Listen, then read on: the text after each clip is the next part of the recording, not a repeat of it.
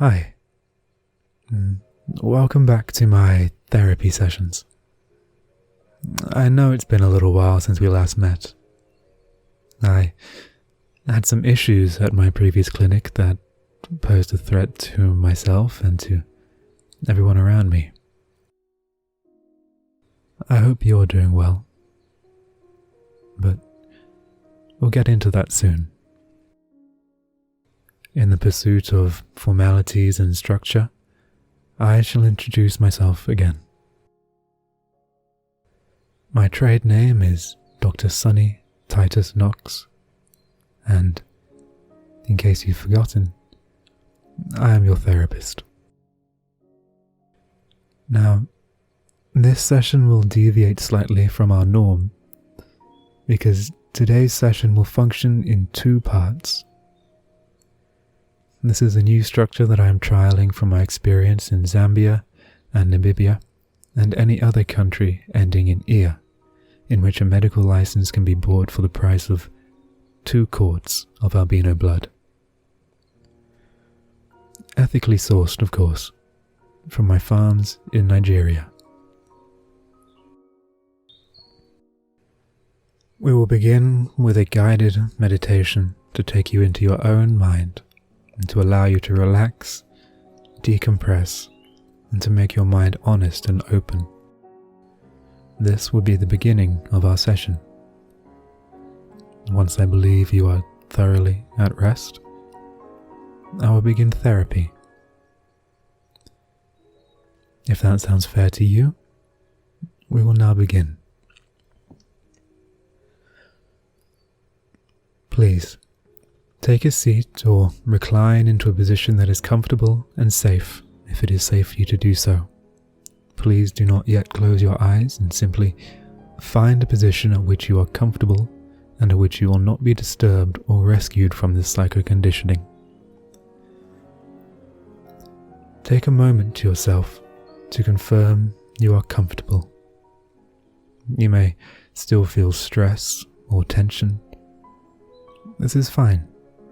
Simply feel yourself in your position and feel how gravity itself grounds you and pulls you firmly into your comfort. Your eyes should be in a state of soft focus. Look forward neutrally, not at anything in particular. Release the focus in your eyes and simply take in everything in your image. Do not look at anything. Simply calm your eyes and calm your brain into a state of total neutrality. The great Dr. H.E. Adspace once told me that, in order to consciously calm your mind, you must take its focus off of things that it is subconsciously doing. Right now, we are not moving, we are not looking, and so we can calmly guide our mind by consciously breathing instead. So, as we rest here, we should focus on taking a few deep breaths. Breathe in deeply through your nose, and breathe out through your mouth. As you breathe in through your nose, be conscious of how you're taking in fresh air. Think about how your chest expands and how you can feel marginally heavier, but how you're giving your body life. And as you breathe out through your mouth, just sense how you're letting go of your tensions. Consider whatever has happened so far today and release it. Feel how your body softens and relaxes into your seat. Now, a few more times. In through the nose and out through the mouth.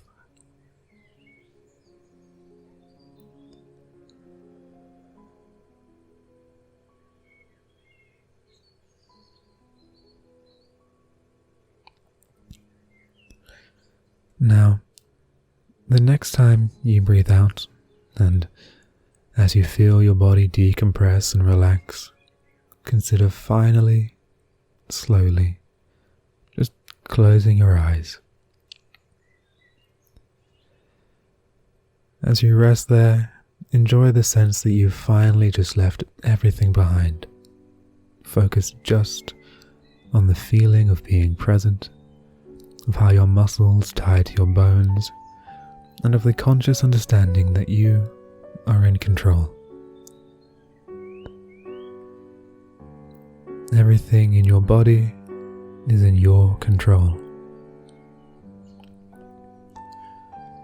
Continuing to breathe deeply and slowly, think about how your body feels in this moment. It's normal in this modern life to have a racing mind and an aching body. If your body is aching or stiff, we will get to that soon. If your mind is racing, simply acknowledge these thoughts and stow them away or discard them, and simply focus on my voice, your breathing, and my guidance. Feel how grounded you are right now. To feel how you are anchored to reality and not to these transient things that come and leave your mind. Now, as you rest there, just gently begin scanning through your body from top to toe. Don't move or touch anything. Just think and scan your focus down your body, feeling how you are in this present moment and acknowledging every little muscle that you pass.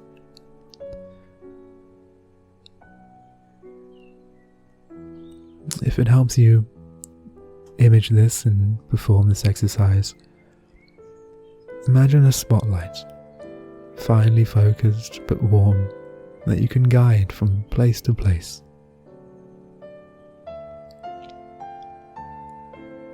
As you scan across anything sore or tight, just focus on it for a moment for your next exhale. Reject it from your body, and then move on. As you do this, simply become aware of the space around you.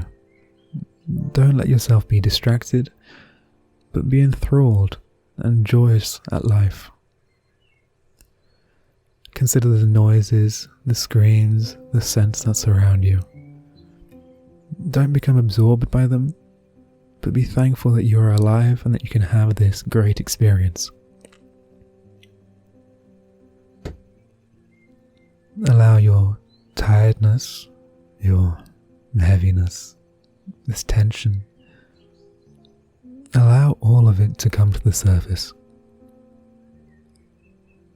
It's a good thing to notice these sensations, as now you're aware of them, you can now release them from your mortal shell.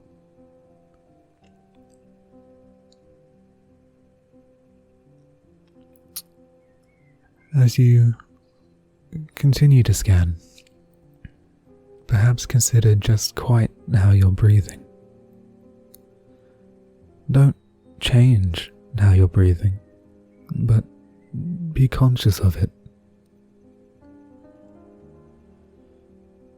Is your breathing shallow, ragged, deep? Are your breaths filling you, or are they hindered by your own tension? And if they are hindered by anything, acknowledge that, isolate it, and just try to move past it. If it helps you focus on your breathing, perhaps just draw a hand to rest up on your chest or abdomen so you can feel exactly how you move.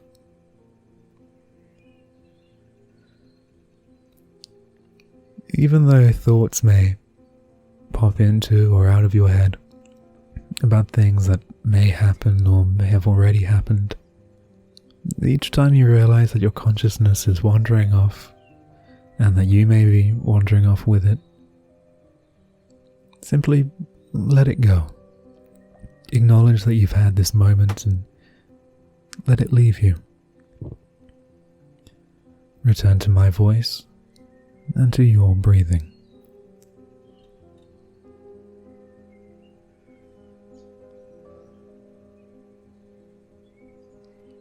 With your body and mind now at ease, I will begin your therapy. Imagine a warm ray of sunlight shining upon your body, wreathing you in encompassing warmth, guiding you, protecting you. That sunlight is, in a form, me. Consider how it illuminates you and draws you entirely into focus. The warmth it guides you with and how it expands in every direction, joining you in a united sense of ease and comfort.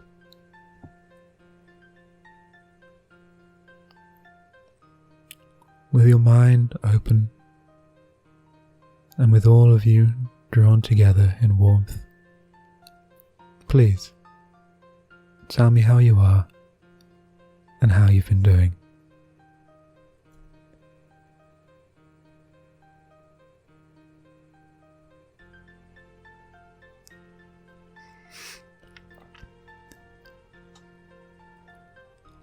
I'm glad to hear you're doing okay, despite the battles and stresses of life.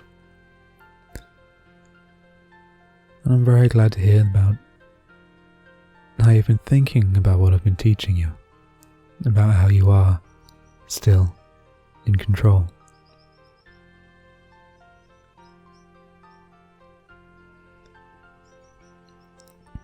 Honestly, you always do impress me and inspire me with that, with just how you keep on going.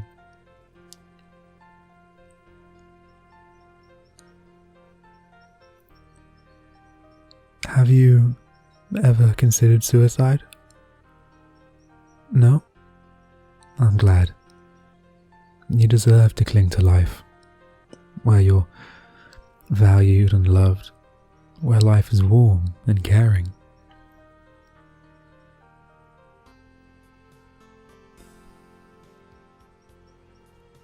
Really? You've never thought about it? Wow.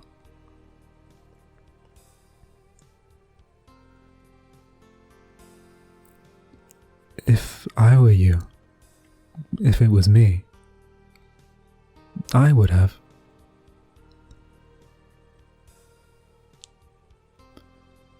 I would have immediately, at the first sign of opposition.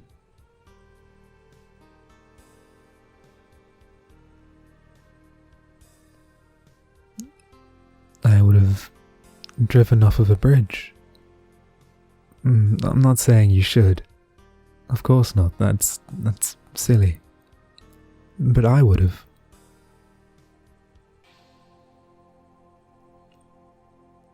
I would be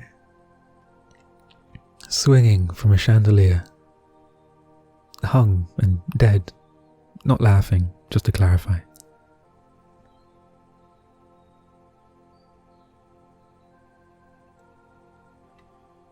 No, I'd never laugh again.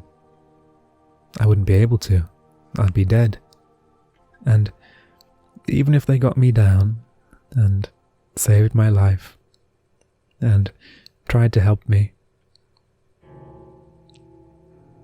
I would have found any way to do it. The corner of a table, for example, with enough velocity, can do incredible things to the skull.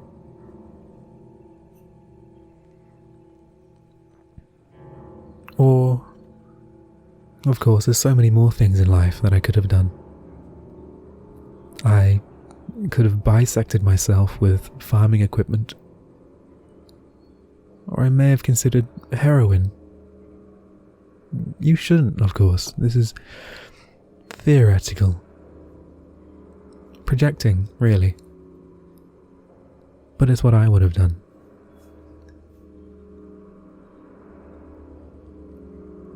maybe I would have retrieved my father's old military pistol, and I would have seen how many police I could take with me on my way down.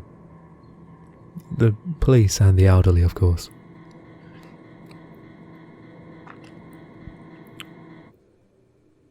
Or, do you remember when I guided you through my garden, took you by my rose bushes, showed you the new pool that I was having built? Do you remember that shed full of fertilizer? Fertilizer and nails and ball bearings. Maybe I would have put that to use.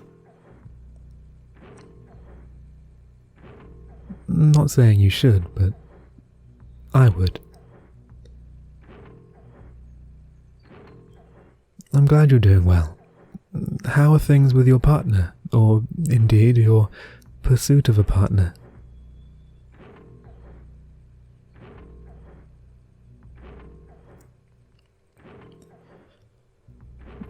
That's really interesting. You know, I think that'll be good for you in the long run. Just let it take its time. I always find with women that the chase is the most enjoyable part.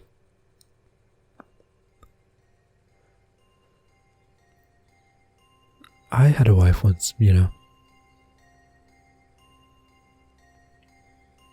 She left me. Or she tried to. She really shouldn't have looked the way she did, but that's done now, and that's controlled, like how all things in life can be.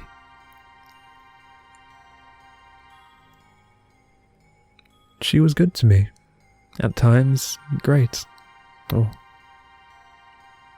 Or she thought she was.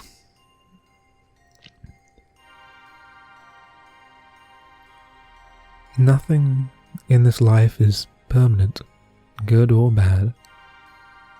Have I told you that before? You should let things take their course, unless you want them.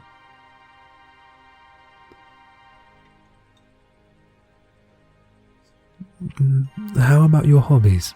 Do you still pursue them? Do you find ways to express yourself in them? To leave your mark and your name in every little thing that you touch?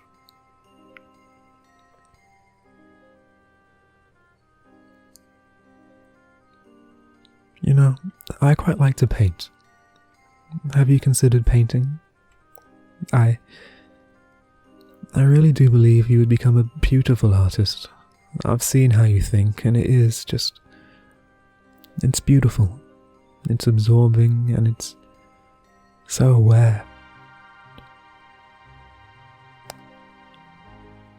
When I paint, it scares me. I'm sure you understand. We are quite alike, you and I.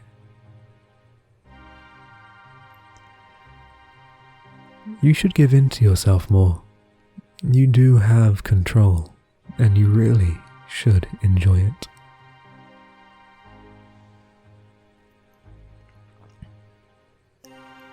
I also enjoy poetry and art and warfare. Martial warfare, that is. Because you can really see what life is in all three manners. Do you like poetry?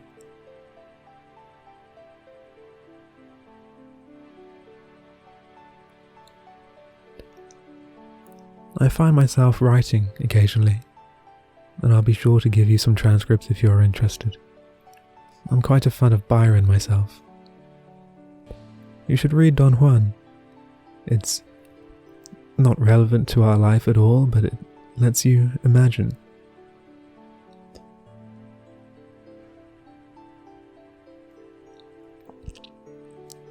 I really do quite love training as well. Now, I cannot prescribe this to you, but I would advise you to consider the gym more often. A fit body, one in control, meshes perfectly with one's mind. You should never let yourself become fat and content. To remain in any one position, you should always strive for the next step, to be at your peak.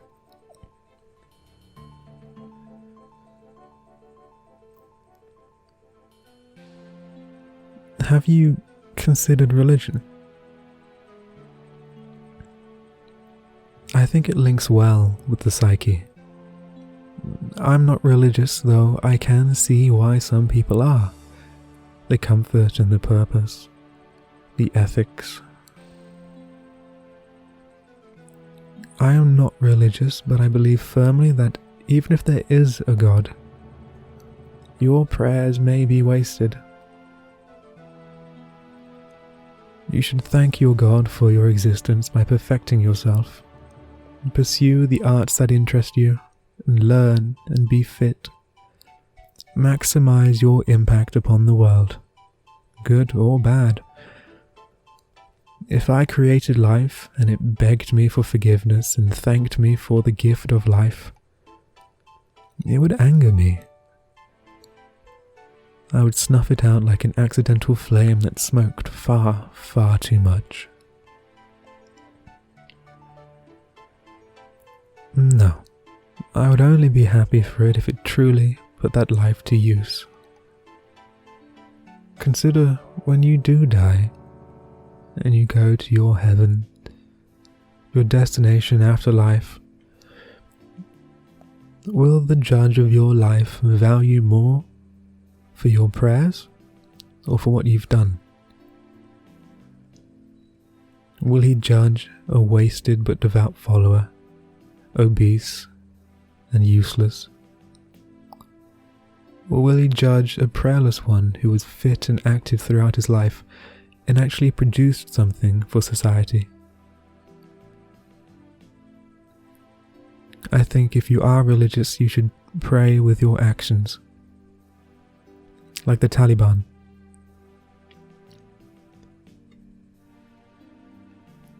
Take up a sport. Make yourself fit and competitive. Realize you can be better than someone else and embrace that.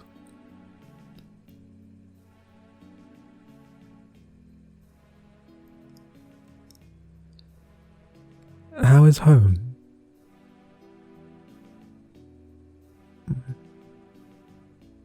Yeah, that's okay. It can be hard. Value your parents and love them, even if they've wronged you.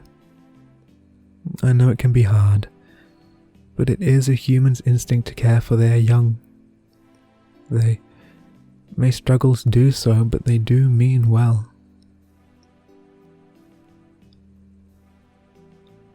Don't do what I did.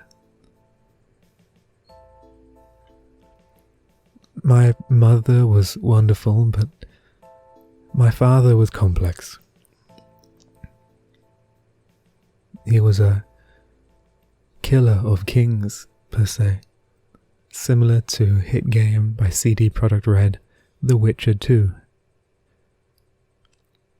He wasn't as muscular or bold, but they were both impressive. And I killed them both. I hope you're still comfortable and focusing on your breathing. Remembering to inhale slowly and deeply, being aware of every motion.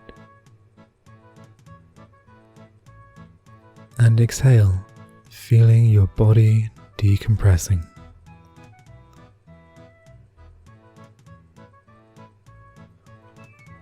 And when you're finally ready and in your own time,